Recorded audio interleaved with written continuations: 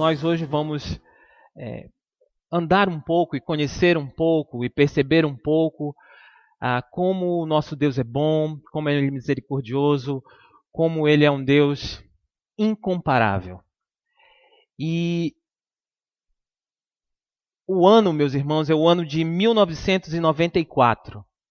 Em 1994, eu entrava no segundo grau, né, que hoje a gente conhece mais como ensino médio, né?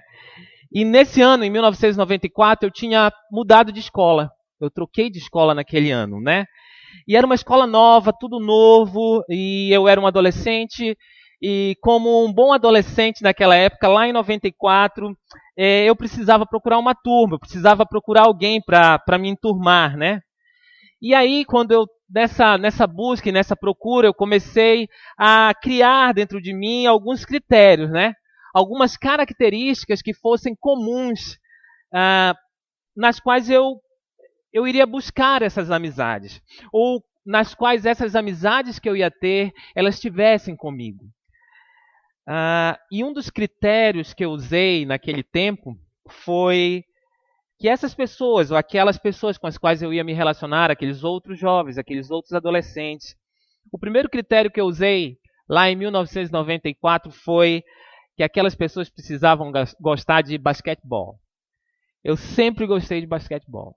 E eu disse, poxa, estou numa escola nova, então eu vou procurar me enturmar com o pessoal do basquetebol. Esse foi o primeiro critério que eu usei. E por quê, meus irmãos? Porque naquela época eu era fascinado por basquete. A NBA, ela me encantava. Eu não perdia uma sexta-feira, era 10 horas da noite. E lá na minha cidade, a emissora que transmitia a NBA era a Rádio e Televisão Bandeirantes. Eu assistia na Bandeirantes todas as sextas-feiras à noite a NBA. Lá em 94, eu sabia o nome dos jogadores. Eu tinha um pôster do Chicago Bulls lá no meu quarto.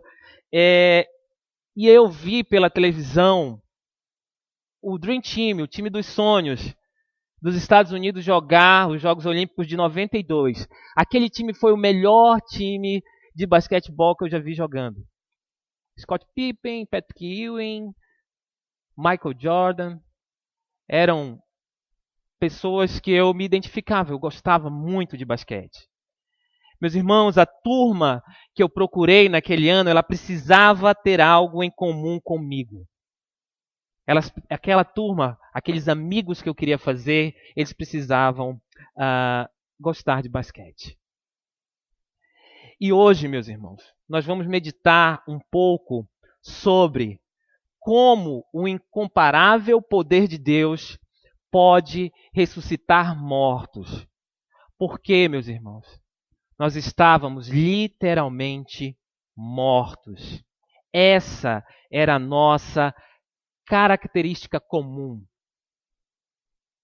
Como na minha busca em 94 por uma turma que tivesse o gosto comum pelo esporte que eu praticava, assim também nós estávamos comumente mortos. E nesse momento eu convido os irmãos a abrirem as suas Bíblias, por favor, comigo na carta de Paulo aos Efésios no capítulo 2. Você abra a sua Bíblia e nós vamos analisar um pouco o verso 1 e o verso 2 e depois nós vamos nos voltar, vamos voltar nossos olhos para o verso 3 a 7.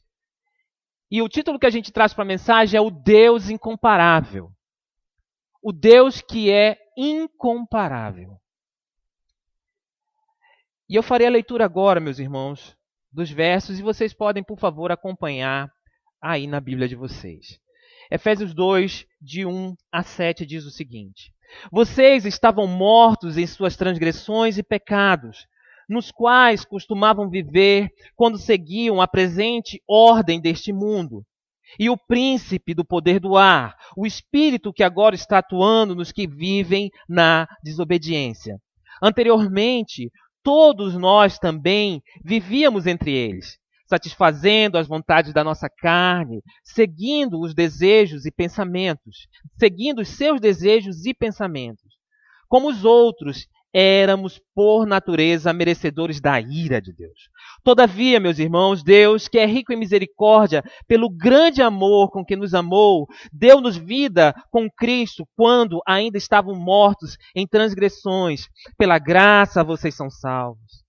Deus nos ressuscitou com Cristo e com Ele nos fez assentar nas regiões celestiais em Cristo Jesus, para mostrar nas eras que hão de vir a incomparável riqueza de sua graça demonstrada em sua bondade para conosco em Cristo Jesus. Amém, meus irmãos? O incomparável, o Deus incomparável.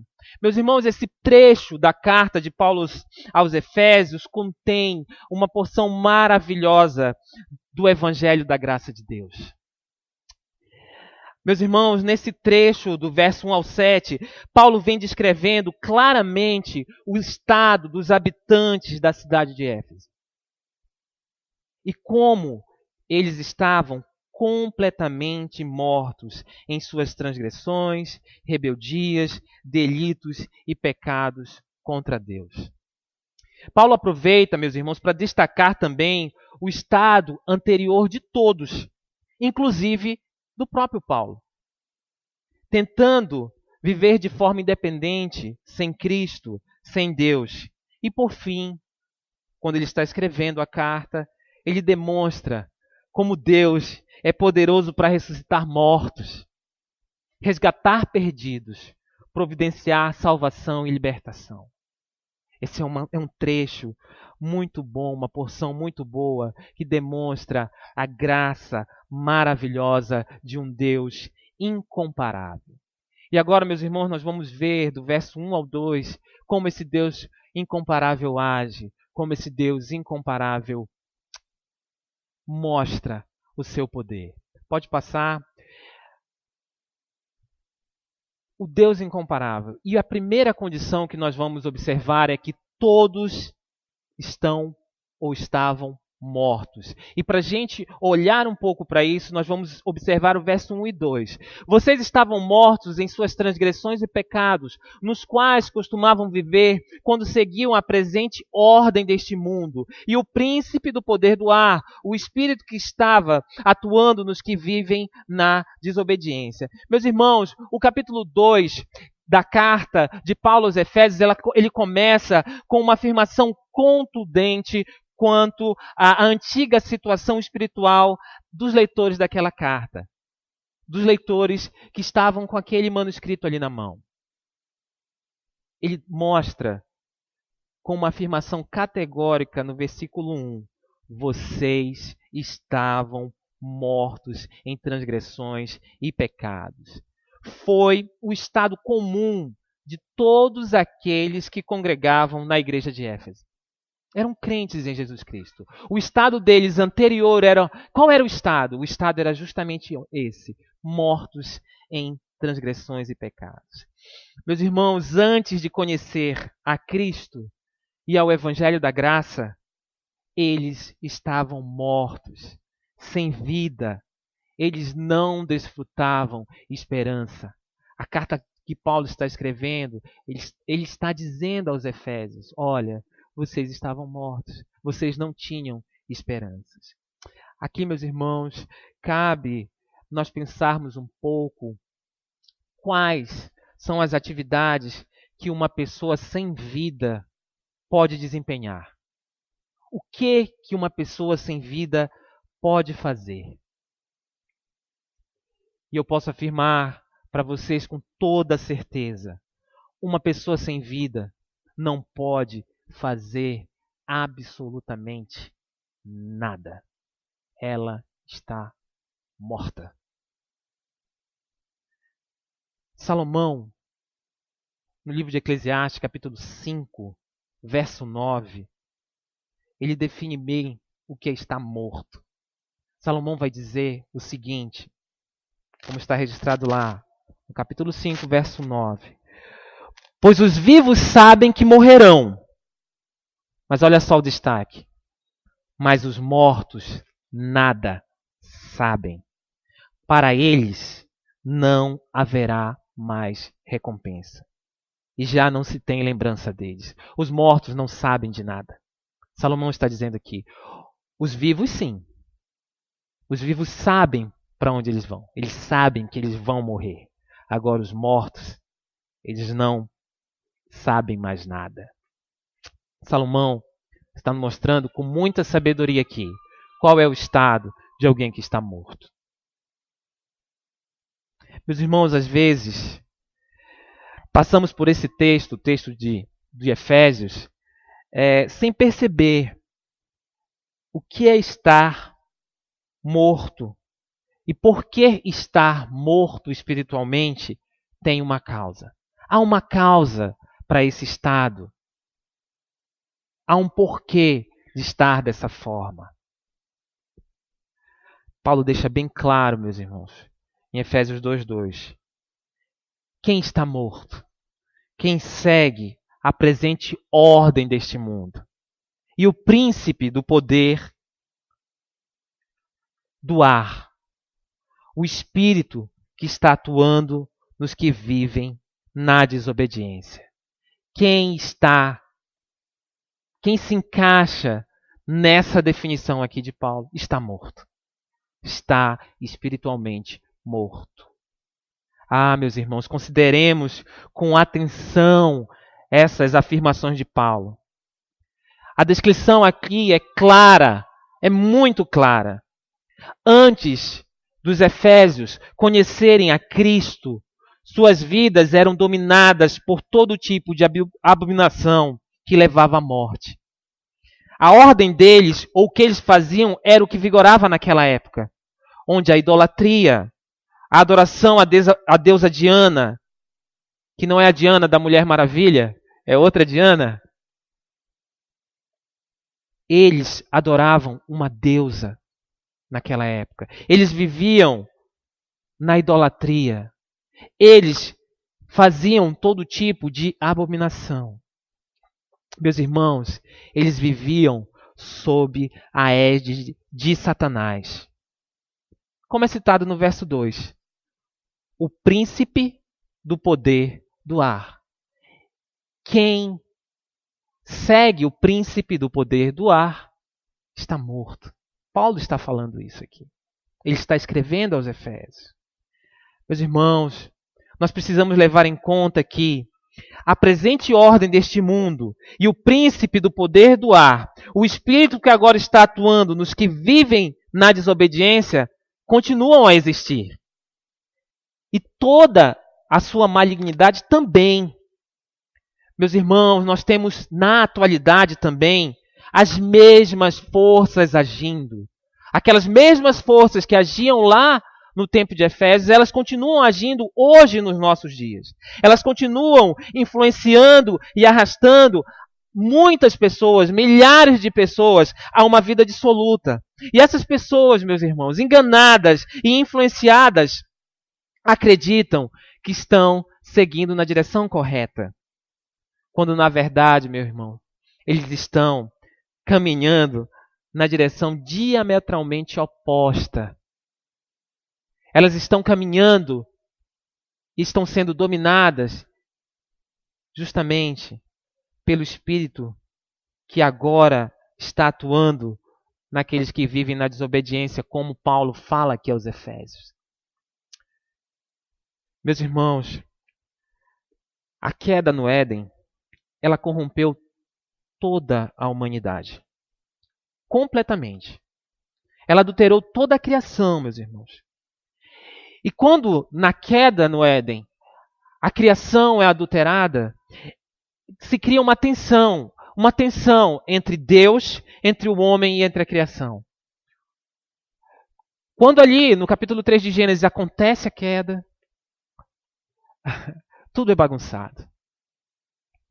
Tudo o que Deus tinha planejado, o homem, com a sua desobediência, com a sua rebeldia, com a sua vontade de estar ou ser independente, ele bagunça. E nós, meus irmãos, agora nós poderíamos parar aqui e levantar, na atualidade, inúmeras formas de como o pecado tem causado danos terríveis na humanidade. Vocês observam isso? Vocês percebem isso? Como o pecado tem causado coisas terríveis na atualidade e na humanidade. Basta você ler um noticiário, basta você acessar uma rede social, basta você ver um programa de televisão. Muitas vezes, você assistindo filmes, você percebe como essas forças influenciam o nosso tempo. Nós observamos, assim como Paulo fez, e os Efésios também, eles tinham certeza.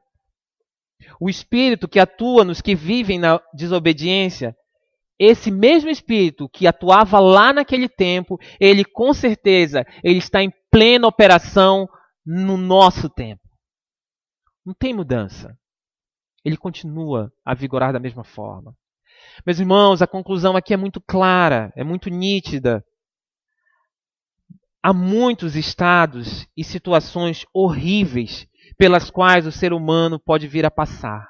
Nós sabemos disso. Há muitas situações terríveis, nas quais muitas vezes nós até passamos. Porque muitas vezes nós estamos sem família, às vezes nós estamos sem posse, sem condições, às vezes nós estamos até sem comida. Em algumas situações nós também estamos sem amigos, sem abrigo. Às vezes nós ficamos doentes, nós estamos com alguma enfermidade. Mas eu posso afirmar para vocês, meus irmãos, não há nada comparado com o estado de um morto em seus delitos e pecados. Não há como comparar. É o pior estado para um ser humano se encontrar. Irmãos, essa é uma realidade dura de ouvir. Mas não há possibilidade de nós lermos a palavra de Deus, de nós examinarmos essa porção da Escritura e deixar essas verdades de lado, deixar essas verdades à margem. Não há.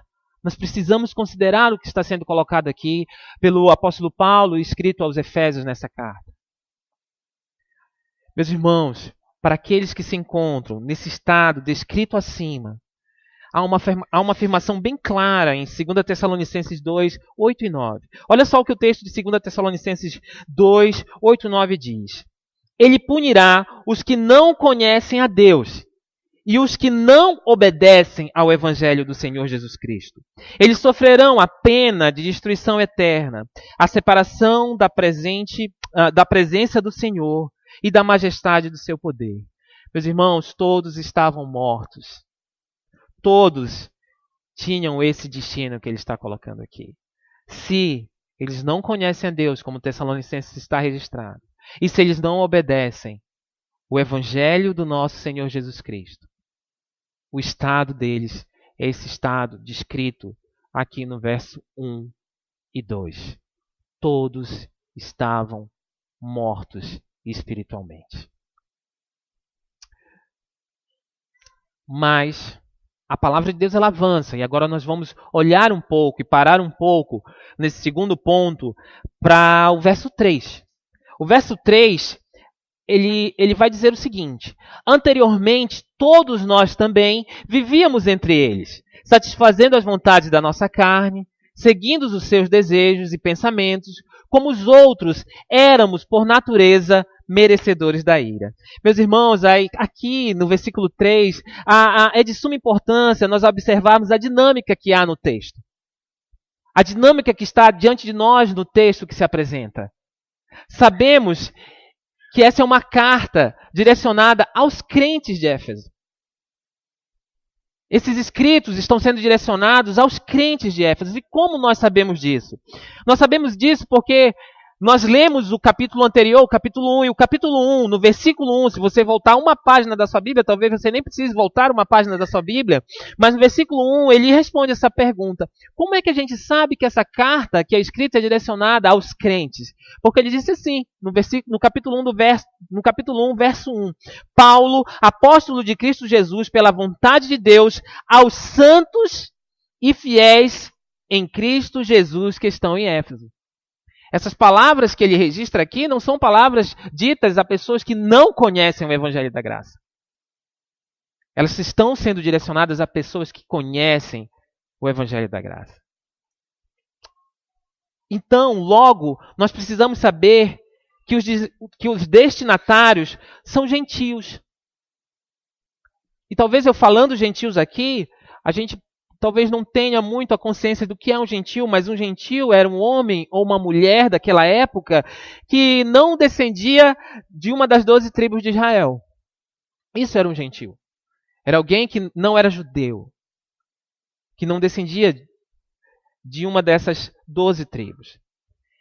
E por que eu falei de dinâmica do texto? Porque a carta é escrita por Paulo. E nós sabemos quem é Paulo. Nós sabemos quem é Paulo. Sabe por que nós sabemos? Porque Filipenses 3,5 responde essa pergunta.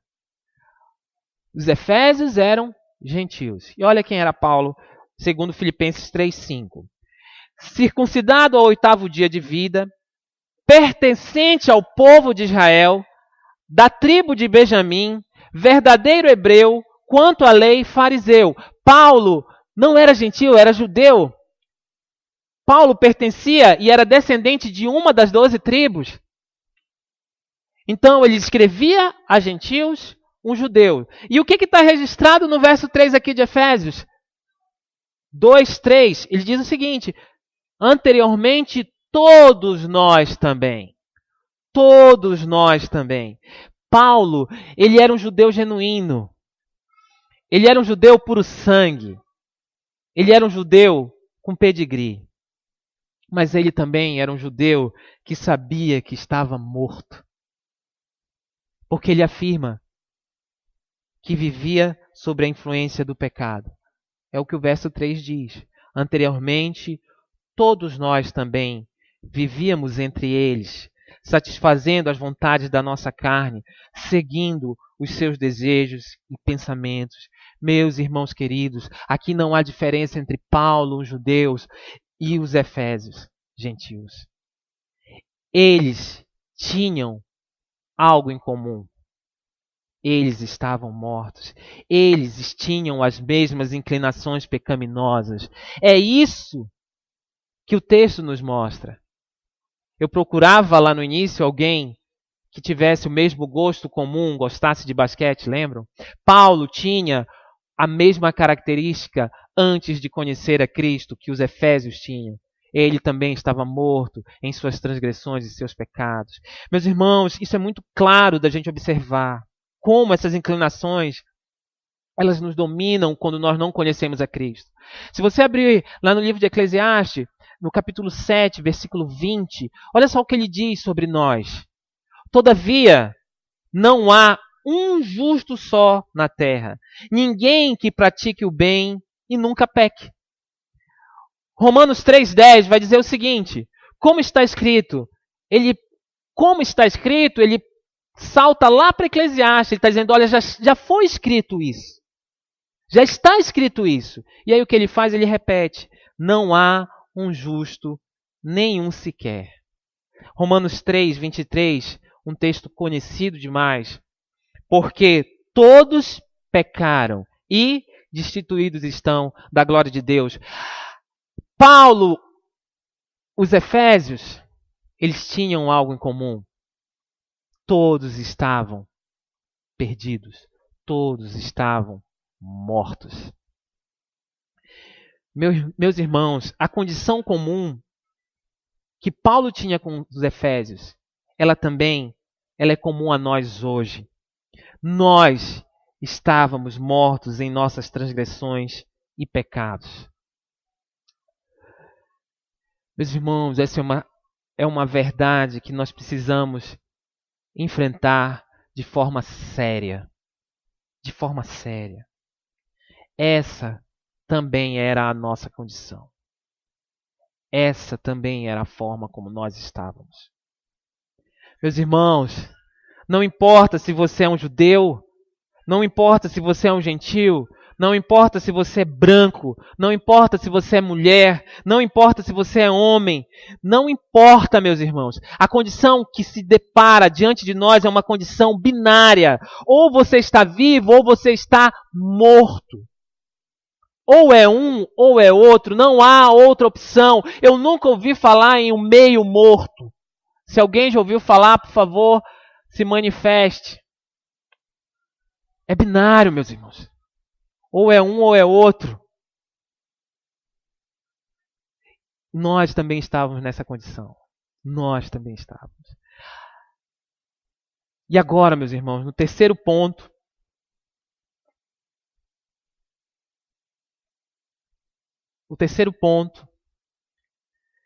nós vamos tratar dos versículos 4 a 7. Nos versículos 4 a 7, nós vamos afirmar que Deus ressuscita mortos. O nosso Deus, ele ressuscita mortos, porque nós vimos que todos estavam mortos. Nós também estávamos mortos, mas agora nós temos Deus ressuscitando os mortos.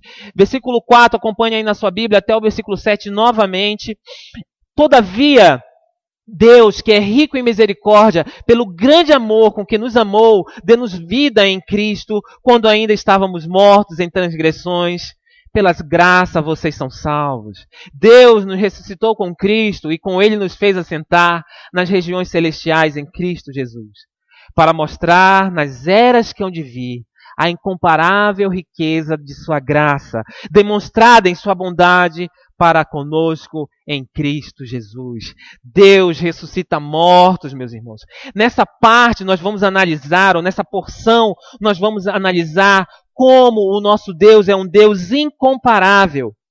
Meus irmãos, essa sessão da carta de Paulo aos Efésios, ela começa com uma conjunção que é uma conjunção maravilhosa. É uma conjunção que traz antítese ao estado anterior. Ela é uma conjunção adversativa. A sua professora de português vai ficar muito, muito feliz se você lembrar das conjunções adversativas. Essa é uma conjunção adversativa que está aqui, todavia. Ela faz um contraponto ao que tudo que estava sendo dito anteriormente. Nesse caso aqui, meus irmãos, eu vou aproveitar e vou usar a tradução da Almeida Revista e Atualizada. Na Almeida Revista e Atualizada, ela diz o seguinte: mas Deus, sendo rico em misericórdia, por causa do grande amor com que nos amou. Que conjunção maravilhosa! Mas Deus. Olha, vocês estavam mortos, todos estavam mortos, vocês viviam do jeito que vocês queriam, mas Deus. Meus irmãos, que refrigério à alma quando você escuta mas Deus no versículo 4 de Efésios 2. Meus irmãos, para o morto, para quem não tinha esperança, esse mas Deus indica a solução para o seu estado atual. Meus irmãos, nos últimos 3 versículos, é uma descrição de uma situação terrível para qualquer ser humano. Qualquer ser humano. Meus irmãos, mas a solução vem do nosso incomparável Deus. Do nosso maravilhoso Deus. Por quê? Porque esse maravilhoso Deus, esse Deus que não pode ser comparado com ninguém, ele é rico em misericórdia. Ele providenciou a vida para nós, para os Efésios, para Paulo, em Cristo Jesus. Ele nos deu vida. Ele nos deu vida. Ah, meus irmãos, tem uma coisa que eu preciso dizer para vocês aqui. Essa conjunção que a gente usou, esse mais Deus, ela define quem pode ressuscitar mortos. Somente Deus. Meus irmãos, somente Deus pode ressuscitar um morto. Meus irmãos, o texto aqui não mostra de forma alguma outra solução. Não há outra solução. O texto não diz mais o dinheiro. O texto não diz mais o status que você tem. O texto ele não diz mais a sua posição política. O texto não diz mais o espectro de governo que você mentaliza. O texto não diz mais o socialismo. O texto não diz mais o capitalismo. O texto não diz mais porque eu sou liberal. O texto não diz mais porque eu sou conservador. Não, não, não, meus irmãos. 1000 vezes não. Ele não diz isso. Ele diz, mas Deus, sim, somente Deus é poderoso para ressuscitar mortos. Observe, perceba, a sua condição só muda se Deus atuar. E Ele já atuou em Cristo. Ah, meus irmãos, que maravilha! A palavra de Deus. Ah, meus irmãos. O profeta Samuel, ele descreve o nosso poderoso Deus. Ele descreve o Deus incomparável que ele é. Se você pode acompanhar comigo agora a leitura de 2 Samuel, anota aí do ladinho. 2 Samuel 22:17. Das alturas estendeu a mão e me segurou. Tirou-me de águas profundas. Meus irmãos, nós estávamos mortos. Nós não podíamos providenciar solução para nós. O nosso estado era terrível, mas Deus, o único capaz de dar vida, nos tirou das profundezas e nos segurou e colocou nos seus braços de amor. E por que ele fez isso? Essa é uma boa pergunta. Por que Deus fez isso? Efésios 2 responde. Deus fez isso, meu irmão, porque Ele é rico em misericórdia. Pelo grande amor com que nos amou, deu-nos vinda juntamente com Cristo. Quando? Quando Ele nos deu? Quando estávamos mortos em transgressões. Pela graça vocês são salvos. É por isso que Deus fez. Porque é Ele que é rico, não somos nós. É Ele que é misericordioso, não somos nós. É Ele que, como diz o profeta Samuel, que estende a mão. É Ele. Meus irmãos, a obra de Cristo na cruz, ela nos dá vida. A graça de Deus é que nos salva. É o finalzinho do verso. Por que ela nos salva? Por que ela nos salva? Olha só o que diz, meus irmãos. Por que ela nos salva e do que ela nos salva? Se nós voltarmos um pouquinho no verso 3, o verso 3, no final do verso 3, diz o seguinte: éramos, por natureza, merecedores da ira de Deus. Éramos, por natureza, merecedores da ira de Deus. Meus irmãos, sobre o Filho de Deus, Jesus Cristo, na cruz do Calvário, foi derramada a ira de Deus. A ira que nós merecíamos. Mas por que nós merecíamos? Porque nós vivíamos em transgressão, em pecado. Nós merecíamos a ira. Mas Deus providenciou salvação em seu Filho.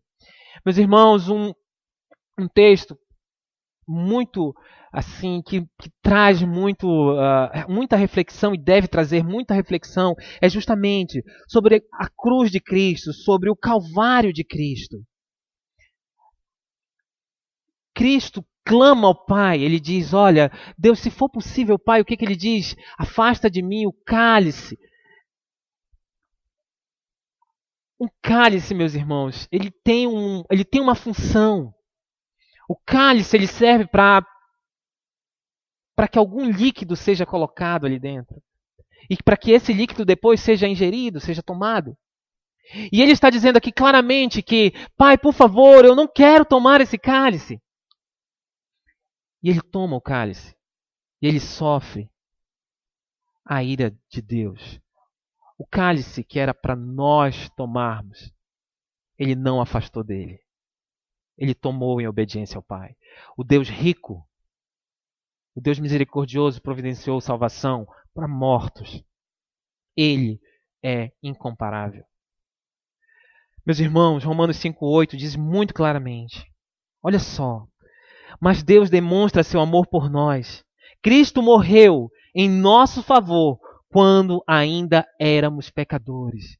Cristo morre por nós para que nós tenhamos vida. Deus providencia o escape. E meus irmãos, aqui eu quero que você pare um pouco. Aqui é preciso parar um pouco para refletir. E eu peço que você faça uma reflexão pessoal nesse momento.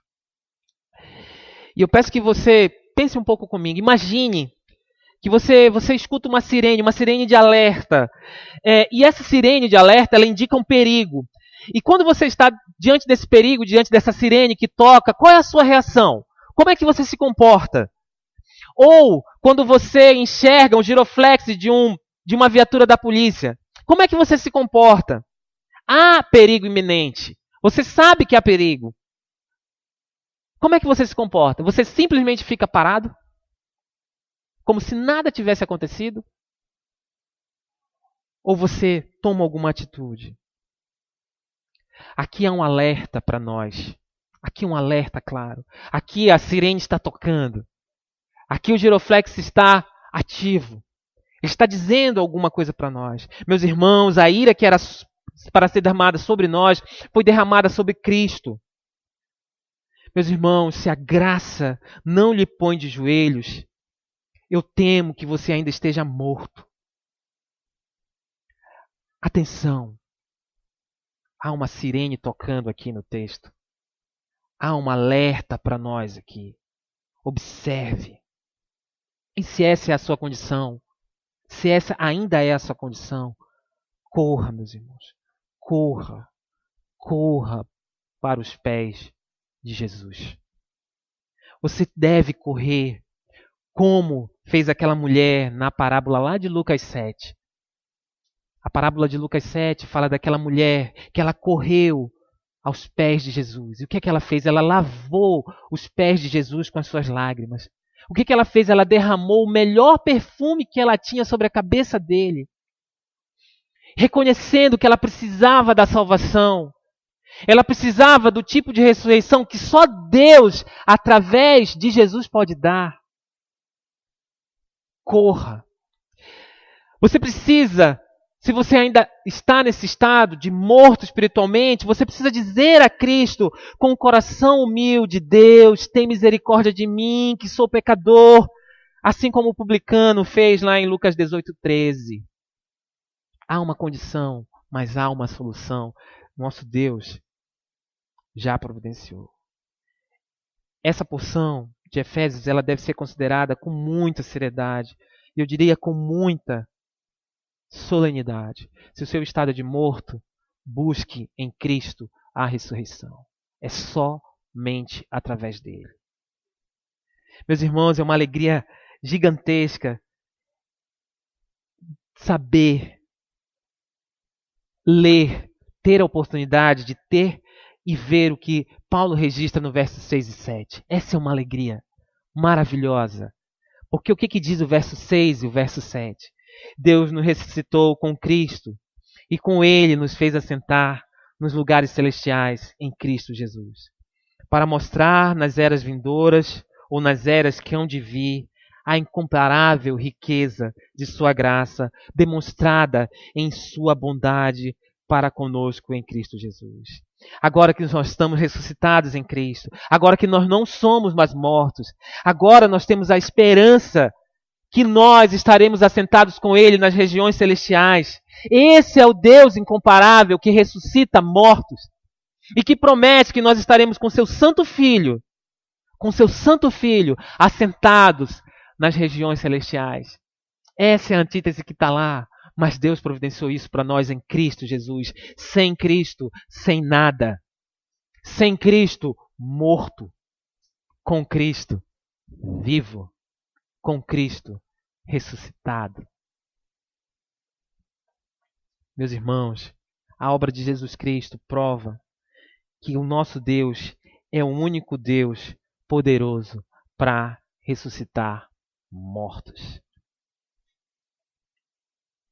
E diante de tudo isso que nós falamos hoje, de tudo isso que foi colocado aqui, do verso 1 ao verso 7, nós temos uma missão. É dada uma missão para nós aqui. Nós precisamos cumprir uma missão. E que missão é essa? Depois de ressuscitados, depois de em Cristo, depois da alegria, depois de saber que estaremos nas regiões celestiais com Cristo, com Deus, nós temos uma missão. E essa missão, ela nos diz o seguinte, que nós precisamos lembrar que existem pessoas que ainda estão mortas. Existem pessoas que ainda não experimentaram a graça salvadora de Deus em Cristo. Essa é a nossa missão. Lembre dessas pessoas. Que com o nosso coração agradecido e com uma fé resignada, a certeza de que Deus é poderoso para ressuscitar mortos, nós precisamos proclamar essa verdade às pessoas. Nós precisamos falar disso, nós precisamos falar desse Deus que ressuscita mortos. É uma verdade que não pode estar longe de nós. Sabe por quê, meus irmãos? Porque nós precisamos proclamar essa verdade às pessoas que estão no pior estado que um ser humano possa se encontrar, mortos. Você precisa proclamar, seja para um parente, seja para um vizinho, seja para um amigo, seja para um colega de trabalho. Você precisa apresentar, primeiramente, o nome dessas pessoas que você tem certeza que estão mortas a Deus. Mostre, coloque, dobre os seus joelhos. Paulo, mais lá na frente, se você tiver oportunidade durante a semana, leia o livro de Efésios. Mais lá na frente, quando ele vai fazer a doxologia final ali, um pouquinho antes, ele diz o seguinte: eu vou orar por vocês. Ele ora pelos Efésios. Você tem orado pelas pessoas que você sabe que estão mortas? E que você precisa compartilhar da vida que só é possível em Cristo? Apresente essas pessoas diante de Deus e mostre que Deus é incomparável. Proclame com todas as suas forças o Evangelho de Cristo, que tem o poder de ressuscitar mortos. Vamos orar, meus irmãos?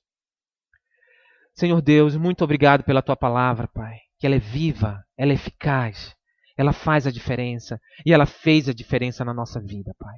Obrigado, Deus, porque um dia Tu nos ressuscitaste em Cristo. Obrigado porque Tu providenciaste escape para nós. Faça, ó Deus, com que com o coração humilhado, ó Pai, nós possamos anunciar essa boa nova do Evangelho. Como hoje vivos, que tem a verdadeira esperança. Cuida, ó Deus, de cada um de nós e impele os nossos corações a proclamar o Evangelho da salvação. Muito obrigado, Deus, porque Tu tem cuidado de nós. Muito obrigado, Deus, porque o Teu amor é um amor que é incomparável. Tu é o nosso Deus. Tu és o único Deus. Muito obrigado, Senhor. Essa é a nossa oração, Senhor, em nome de Jesus. Amém.